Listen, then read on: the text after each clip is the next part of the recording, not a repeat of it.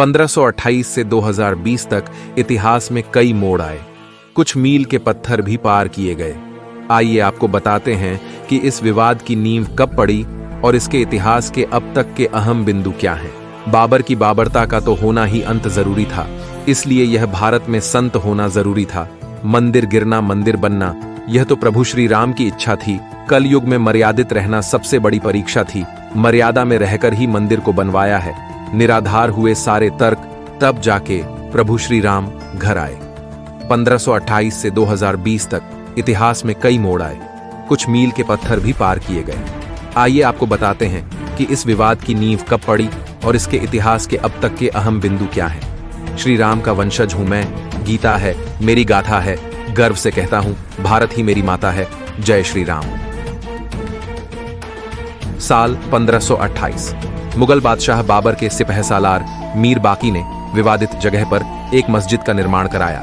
इसे लेकर हिंदू समुदाय ने दावा किया कि यह जगह भगवान राम की जन्मभूमि है और यहाँ एक प्राचीन मंदिर था। हिंदू पक्ष के मुताबिक मुख्य गुंबद के नीचे ही भगवान राम का जन्म स्थान था। बाबरी मस्जिद में 3 गुंबदें थीं। प्राचीन एवं मध्यकालीन राम एक हिंदू देवता है जो विष्णु के अवतार माने जाते हैं। भारतीय महाकाव्य रामायण के अनुसार राम का जन्म अयोध्या में हुआ था।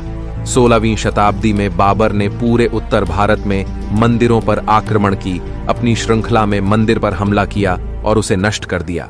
बाद में मुगलों ने एक मस्जिद, बाबरी मस्जिद का निर्माण किया, जिसे राम की जन्मभूमि राम जन्मभूमि का स्थान माना जाता है। मस्जिद का सबसे बड़ा रिकॉर्ड 7 टाउन 67 में मिलता है, जो जसवीट मिशनरी जोसेफ टिफिन टेलर द्वारा लिखित लैटिन पुस्तक डिस्क्रिप्टिव इंडिया में मिलता है। उनके अनुसार मस्जिद का निर्माण रामकोट मंदिर, जिसे अयोध्या में राम का किला माना जाता है, और बेदी, जहां राम का जन्म स्थान है, उसे नष्ट करके किया गया था। धार्मिक हिंसा की पहली घटना 1853 में दर्ज की गई थी। दिसंबर 1858 में ब्रिटिश प्रशासन ने विवादित स्थल पर हिंदुओं को पूजा आयोजित करने से प्रतिबंधित कर दिया। मस्जिद के बाहर अनुष्ठान आयोजित करने के लिए एक मंच बनाया गया था। आधुनिक युग 22-23 दिसंबर 1939 की रात को बाबरी मस्जिद के अंदर राम और सीता की मूर्तियां स्थापित की गईं और अगले दिन से भक्त इकट्ठा होने लगे। 1950 तक राज्य ने सीआरपीसी की धारा 145 के तहत मस्जिद पर नियंत्रण कर लिया और मुसलमान को नहीं बल्कि हिंदुओं को उसे स्थान पर पूजा करने की अनुमति दी। साल 1853 1939 तक 1873 में इस जगह के आसपास पहली बार दंगे हुए। 1859 में अंग्रेजी प्रशासन ने विवादित जगह के आसपास बाड़ लगा दी। मुसलमान को ढांचे के अंदर और हिंदुओं को बाहर चबूतरे पर पूजा करने की इजाजत दी गई। साल 1939 असली विवाद शुरू हुआ। 23 दिसंबर 1939 को जब भगवान राम की मूर्तियां मस्जिद में पाई गई, हिंदुओं को कहना था कि भगवान राम प्रकट हुए हैं, जबकि मुसलमान ने आरोप लगाया कि किसी ने रात में चुपचाप मूर्तियां वहां रख दी। यूपी सरकार ने मूर्तियां हटाने का आदेश दिया, लेकिन जिला मजिस्ट्रेट के नायर ने दंगों और हिंदुओं की भावनाओं के धड़कने के डर से इस आदेश को पूरा करने में असमर्थता जताई। सरकार ने इसे विवादित ढांचा मानकर ताला लगवा दिया।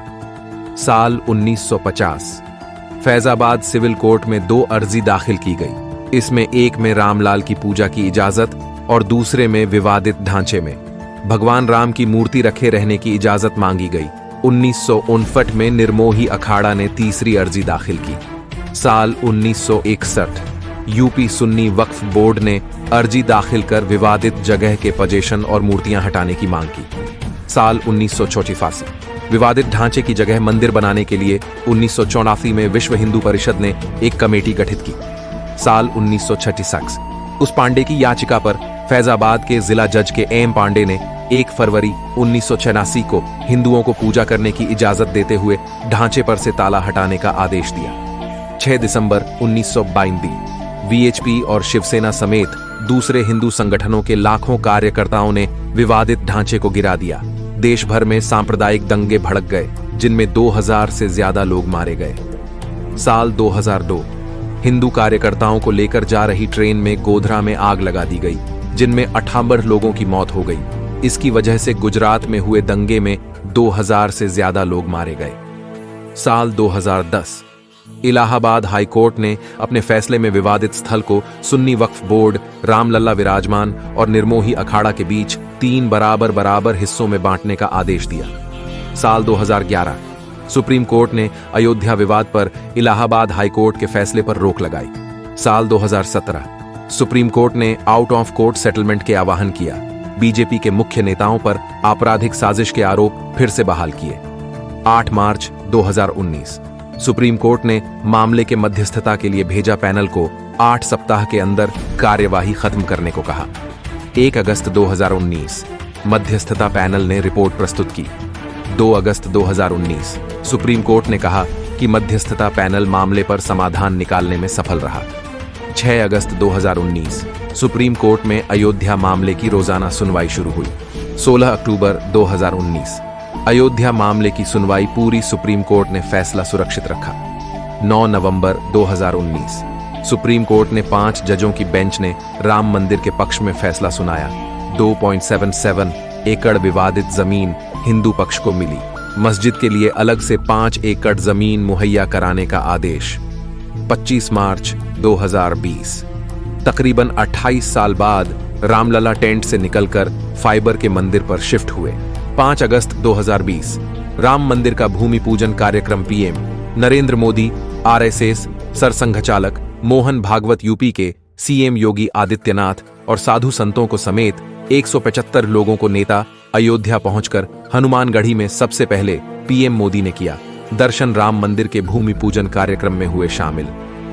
अयोध्या का राम मंदिर केवल एक मंदिर नहीं, बल्कि भारत के करोड़ हिंदू धर्मावलंबियों के लिए एक लंबी और जटिल सामाजिक धार्मिक यात्रा का परिणाम है।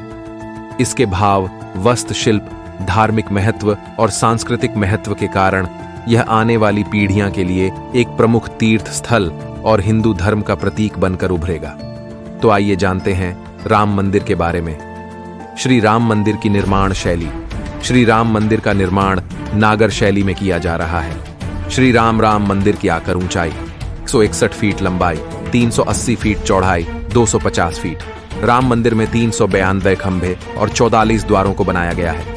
राम मंदिर 3 मंजिल का होगा, जिसकी प्रत्येक मंजिल की ऊंचाई 20 फीट की होगी। राम मंदिर में 5 मंडपों का निर्माण किया गया। नृत्य मंडप, रंग मंडप, सभा मंडप, प्रार्थना मंडप और कीर्तन मंडप। मंदिर के मुख्य गर्भगृह में भगवान श्री राम जी का बाल स्वरूप स्थापित किया गया तथा पहली मंजिल पर श्री राम का दरबार बनाया गया। राम मंदिर के पास पौराणिक काल का सीता कूप विद्यमान होगा। मंदिर के उत्तरी भुज में माता अन्नपूर्णा और दक्षिण भुज में राम भक्त भगवान हनुमान जी का मंदिर स्थापित किया जाएगा। पर कोट के चारों कोनों पर भगवान गणेश, भगवान शिव, माता भगवती और सूर्य देव के मंदिरों को बनाया जाएगा। राम मंदिर परिसर में महर्षि वाल्मीकि, महर्षि वशिष्ठ, महर्षि विद्यामित्र, महर्षि अगस्त निषाद, राजमाता शबरी और देवी अहिल्या के मंदिर प्रस्तावित हैं। राम मंदिर के चारों ओर आयताकार पर कोटा बनाया गया है, जिसकी कुल लंबाई 732 मीटर और चौड़ाई 14 फीट है। राम मंदिर में प्रवेश करने के पूर्व दिशा में सिंह द्वारा बनाया गया और जिसके लिए 32 सीढ़ियां चढ़नी होगी। दिव्यांगजन और वृद्ध जनों के लिए रैंप और लिफ्ट का निर्माण किया गया है। मंदिर में बनाए गए खाबों और देवी देवताओं की तस्वीरों को बनाया गया है। दक्षिण पश्चिमी भाग में नवरत्न कुबेर टीले पर भगवान शिव के प्राचीन मंदिर को पुनर्जीवित किया गया तथा गिद्धराज जटायु की विशाल प्रतिमा को स्थापित किया गया। 25,000 की दर्शनार्थ क्षमता के लिए एक सुविधा केंद्र का निर्माण किया गया है, जिसमें दर्शनार्थियों के सामान रखने और चिकित्सा सहायता दी जाएगी। बाहरी संसाधनों पर निर्भरता कम करने के लिए राम मंदिर परिसर में अग्नि सामान के लिए जल व्यवस्था, वाटर ट्रीटमेंट प्लांट, स्वतंत्र पावर स्टेशन और शिव ट्रीटमेंट प्लांट का निर्माण किया गया है। सबसे महत्वपूर्ण बात यह है कि राम मंदिर को पूर्ति है भारतीय परंपरा के अनुसार भारतीय तकनीक की मदद से बनाया जा रहा है। मंदिर में पर्यावरण हुआ जल संरक्षण पर विशेष जोर दिया जा रहा है, जिसकी वजह से पत्थर एकड़ क्षेत्र का 70% भाग सदैव हरा भरा रहेगा। भक्तजनों को मंदिर परिसर में स्नानागार, शौचालय की सुविधा भी दी जाएगी। राम मंदिर की अन्य महत्वपूर्ण बातें, राम मंदिर के 4 कैप्टन पर गोल्डन सीट लगाई जाएगी। राम मंदिर में भक्तों की सुविधा के लिए सीता रसोई, एटीएम, आपातकालीन चिकित्सा सहायता केंद्र, जलाशय, उद्यान, आराम कक्षा का निर्माण किया जा रहा है। राम मंदिर में मूर्ति की प्राण प्रतिष्ठा का कार्यक्रम 16 जनवरी से शुरू कर दिया है। 17 जनवरी को पवित्र अयोध्या धाम में शोभा यात्रा निकाली जाएगी। 18 जनवरी को प्राण प्रतिष्ठा की विधि शुरू की जाएगी। 19 जनवरी को अग्नि स्थापना की जाएगी। 20 जनवरी को मंदिर के गर्भगृह को सरयू नदी के जल से प्रभावित किया जाएगा। 21 जनवरी को भगवान राम को 125 काल शो से दिव्य स्नान कराया जाएगा। 22 जनवरी को भगवान श्री राम की मूर्ति की प्राण प्रतिष्ठा की जाएगी।